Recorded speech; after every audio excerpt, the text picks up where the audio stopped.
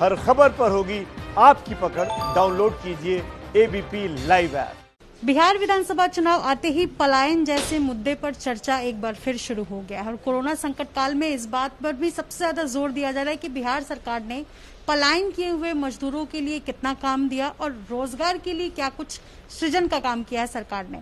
श्रम मंत्री इस वक्त मेरे साथ हैं एबीपी न्यूज से खास बातचीत करने के लिए। विजय सिन्हा जी, सबसे पहले तो आज आपने प्रेस कॉन्फ्रेंस किया, कई आंकड़े रखे, आंकड़ों के बारे में आपने बताया। एक बार फिर मैं चाहूंगी कि आप जिक्र करें कि कितने मजदूर हैं जो रजिस्टर्ड है बिहार सरकार की तरफ से।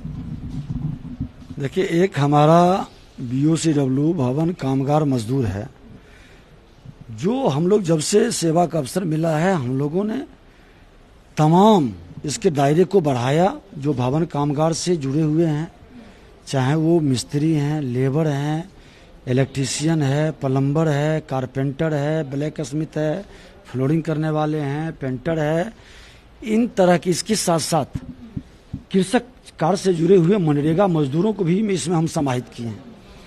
और आज 19 लाख लोग रजिस्टर्ड मेरे यहाँ हैं और सभी मजदूरों को हम लोगों ने जन्म से मृत्यु तक की दर्जन भर से ज्यादा योजनाओं का लाभ दे रहे हैं।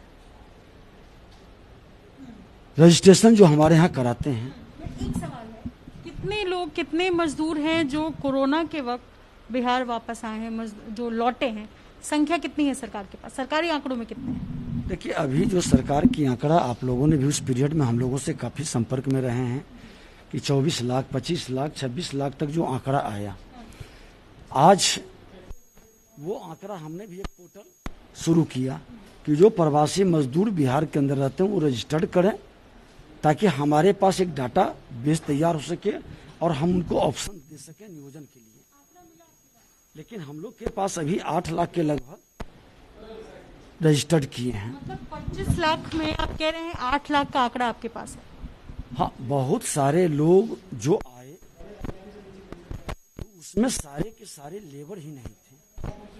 बहुत सारे आज दिल्ली के अंदर देखें कि लगभग 1/3 कई मोहल्ले में हम देखते हैं कि अपना मकान बनाए हुए हैं, दुकान चला रहे हैं, अपना डेली वेजेस पर काम कर रहे हैं, या कई तरह के वो आए अपने घर की ओर, बच्चे उनके बाहर पढ़ते थे, मौसम ठीक हुआ फिर वो बैक हो गए।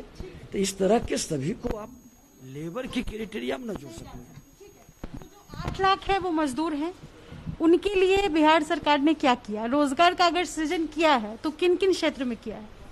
आपको जानकारी होनी चाहिए कि माननीय मुख्यमंत्री नीतीश कुमार जी, उप मुख्यमंत्री सुशील मोदी जी के नेतृत्व में आज जिलाधिकारी की अध्यक्षता में सभी सेक्टर, चाहे वो 7 निश्चय के तहत हो, मनरेगा का हो, जल जीवन हरियाली का हो, RU विभाग हो, भवन विभाग हो, जितने वर्क डिपार्टमेंट हैं सभी सेक्टर को जोड़ करके और उसमें 4 करोड़ से ज्यादा कार्य दिवस निकाला है। और जो काम मांगने जा रहे हैं उनको काम दे भी रहे हैं।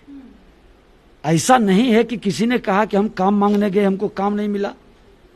जो उस क्राइटेरिया को फुलफिल कर रहा है उसकी व्यवस्था बनाई जा रही है और इसका मॉनिटरिंग डायरेक्ट DM कर रहे हैं।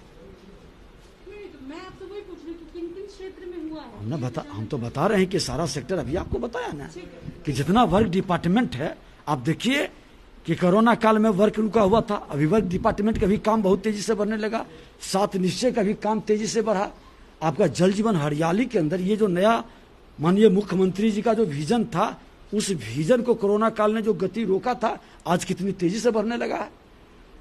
बिहार के अंदर यही तो वर्क एक पहचान दिला रही है। आज देखें ना कि आप हर जिले के अंदर एक सेक्टर को लें कि जहां मेरा स्कूल के लिए हम लालायित रहते थे, आज वहां हमारा engineering college, polytechnic, ITI, ANM college, GNM college, पारा मेडिकल, आज सारे के सारे ITI 2 आज सारा संस्थान बन रहा है। इसमें वर्क डिपार्टमेंट के अंदर ही आ रहा है ना, लोग काम कर रहे हैं इसमें। मुझे एक बात बताइए, बिहार सरकार कह रही है 20 लाख लोग ऐसे हैं जो नौकरी के लिए दिया गया, जबकि 53,000 सरकार खुद डेटा दे रही है कि 53,400 कुछ ऐसे लोग जिनको रोजगार दिया गया है। तो 20 लाख में 53,000 लोगों के लिए नौकरी के अवसर निकाले गए हैं, तो बाकी लोगों को नौकरी के लिए क्या है? बाकी लोगों को नौकरी कैसे मिलेगा? कौन देगा नौकरी?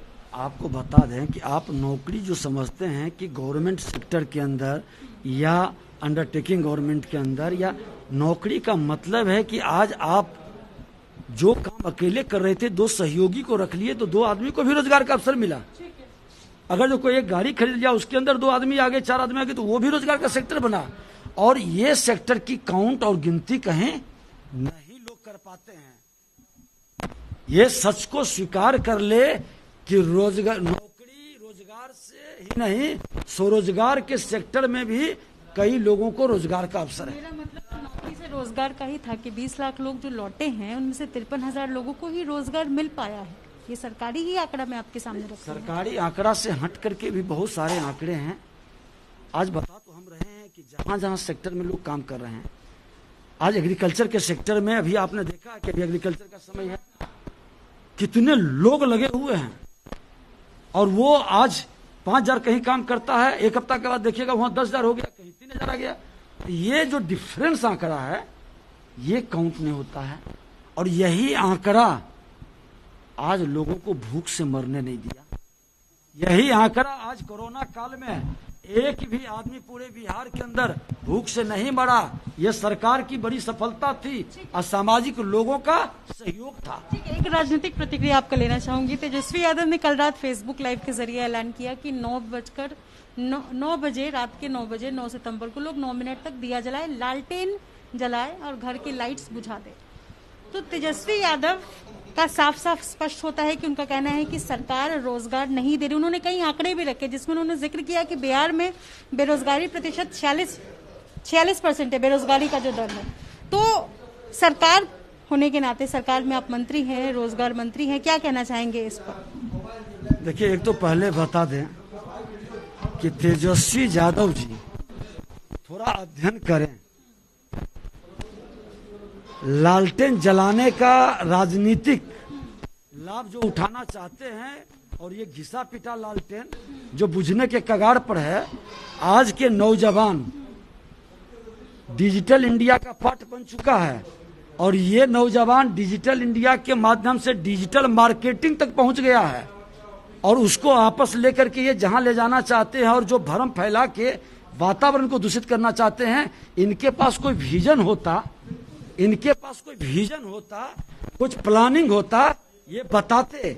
आज बता दें कि ये तीन साल से नेता प्रतिपक्ष हैं, कभी रोजगार के संदर्भ में सदन के अंदर अपने विषय को ढंग से रख पाए हैं?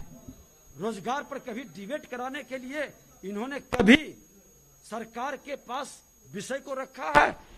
चुनाव के समय में जिस रोजगार की बात कर रहे हैं, अरे ये तो धन्य बिहार के मुख्यमंत्री नीतीश कुमार जी, सुशील मोदी जी है, जो बिहार के अंदर एक सकारात्मक वातावरण बना के रोजगार का अवसर का सृजन किया। माननीय प्रधानमंत्री जी आत्मनिर्भर भारत के माध्यम से स्वरोजगार का सृजन कर रहे हैं। पर मुझे एक बात बताइए कि आप कह रहे हैं कि रोजगार का सृजन हो रहा है। अगर मैं रिसर्च के बारे में बात करूं तो centre for monitoring Indian economy की रिसर्च आई है अगस्त के महीने में। वो बताती है कि अप्रैल में बेरोजगारी के मामले में बिहार 7वें नंबर पर था, अब दूसरे नंबर पर पहुंच गया है। इस पर क्या कहेंगे? ये तो रिसर्च है सर। देखिए, ये 6 महीने के अंदर आंकड़े का उथल पुथल इतना ज्यादा हुआ है जिसको आप व्यवहारिक तौर पर काउंट नहीं कर सकते हैं। हम आंकड़ा अगले मार्च के बाद देखेंगे कि बिहार के अंदर रोजगार का सृजन और स्वरोजगार की ओर कदम क्या बढ़ा। जब सामान्य स्थिति रहती है तब काउंट बेहतर होता है। आज बता दें कि यही बिहार है ना, 2005 के अंदर क्या थे और आज क्या है, उस समय विकास का दर क्या था, आज क्या है, उस समय काम क्या चल रहा था, आज क्या चल रहा है। तुलनात्मक विश्लेषण होनी चाहिए और वो लोग नहीं कर सकते हैं, वो नकल करते हैं। रिसर्च वाले ऐसी नकल करते हैं। नहीं, तेजस्वी यादव, वो तो हमने बताया कि वो आंकड़ा जो है नकल नहीं। तेजस्वी यादव जी कहीं से कोई बता देता है, बेचारे अनुभवहीनता में वो बात को रखते हैं, बिना तर्क के, बिना तथ्य के। नकल करने वाले का अकल बिगड़ता है और अकल से अबरी चुनाव में शकल भी बिगड़ जाएगा। और जब शकल बिगड़ेगा, अभी तो भागते चल रहे हैं ना कि कहां से लड़ें कि सुरक्षित जीत जाएं। अपने घर के अंदर जो रोजगार और सामाजिक सौहार्द व्यवस्थित नहीं कर सकता, वो दूसरे के लोगों की चिंता नहीं कर सकता। सवाल लेना चाहूंगी आपसे कि सर, मैं बिहार की रहने वाली हूँ बचपन से मैंने बिहार को देखा है। 15 साल पहले की बात छोड़ दीजिए, अभी इस 15 साल की भी मैं बात करूं, आपके राज्य में पलायन नहीं रुका है, आप खुद इस बात को मानते हैं। तो पलायन का जो आंकड़ा अगर देखेंगे तो वो कम नहीं हुआ है। अगर कंपैरेटिव स्टडी भी हम करेंगे तो पलायन बिहार में रुका नहीं है। पलायन रोकने के लिए बिहार सरकार ने क्या क्या कदम उठाए, क्या आप मुझे गिना सकते हैं? देखिए, आप पहले तो पलायन एक विस्तृत शब्द है, इसका व्यापक दृष्टिकोण रखनी चाहिए और सोच। जो हमारे स्किल्ड लोग हैं उसकी पलायन अगर जो करता है तो ये स्टेट के लिए बेहतर है। हमारे इंजीनियर, हमारे पढ़े लिखे लोग, आज हमारे ही बच्चे आईआईटी है, और अगर जो बड़े दूसरे सेक्टर में जाते हैं, बड़े इंडिया से बाहर जाते हैं, तो इस पलायन को, इसको पलायन नहीं कर सकते हैं। ये बेहतर ऑप्शन है। लेकिन जो गरीब मजदूर है, श्रमिक है, और श्रमिक के लिए हम काम का सृजन न करें, लाचारी में भूखमरी के कारण वो पलायन करे, तो ये गलत है। आज बता दें कि भूखमरी के कारण कोई मेरा लेबर पलायन किया है किसी सेक्टर का, आप बताएं कि भूखमरी के कारण वो परिवार व्यथित था, पीड़ित था, अन्न के बिना छटपटा रहा था, इसलिए पलायन किया। पूरे बिहार के अंदर ऐसी स्थिति नहीं है। पलायन बेहतर ऑप्शन के लिए जा रहा है। हम 10,000 कमाते हैं, दिल्ली में 20,000 कमाएंगे, मुंबई में हम 30,000 कमाएंगे। ये ऑप्शन पलायन कतई नहीं हो सकता। पलायन होना, बिहार सरकार इसको उपलब्धता मानती है, उपलब्धि मानती है क्या? आपको हम बार बार कह रहे हैं कि आज हमारा प्लम्बिंग का लेबर काम करता है, यहाँ पर वो दिन भर काम करता है, 500 कमाता है। वही लेबर कल मुंबई और दिल्ली में चला जाता है, 1,500 कमाता है। ये ऑप्शन है, ये पलायन नहीं है। ये बेहतर कमाई के लिए आज आपको 10,000 मिलता है, कल आप ही दूसरे जगह जाए 50,000 मिलेगा, तो आप जाएंगे कि नहीं जाएंगे, या कहेंगे नहीं 10,000 में हम संतुष्ट हैं?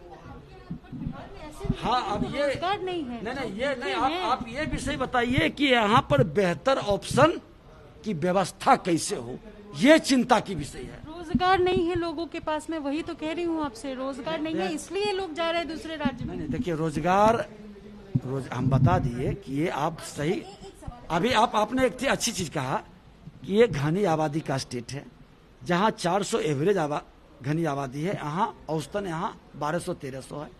तो ये लोग जाएंगे ही बाहर, क्योंकि उतने सारे लोगों को सबको रोजगार असंभव है। लेकिन हम उनके बारे में कह रहे हैं, जिसकी चिंता आप कर रहे हैं उसी की चिंता हम कर रहे हैं। जो श्रमिक है, मजदूर है, लाचारी में जा रहा है, बेचारे को खाने के लिए, दाने दाने के लिए तड़प रहे हैं, ऐसी स्थिति उत्पन्न नहीं है बिहार में। और इसको पलायन नहीं कहें। अगर जो मेरा प्लम्बर जा रहा है, इलेक्ट्रिशियन जा रहा है, फ्लोरिंग करने वाला जा रहा है, फैब्रिकेशन वाला जा रहा है, कारपेंटर जा रहा है, ब्लैक स्मिथ वाला जा रहा है, मोटर मैकेनिक्स जा रहा है, और उसको यहाँ पर अगर जो 10,000 मिलता है, वहाँ 25,000 कमाता है, 30,000 कमाता है, ओवर टाइम मिलता है, तो उसको पलायन हम कहेंगे क्या? उसमें कोई दिक्कत नहीं। एबीपी न्यूज आपको रखे आगे।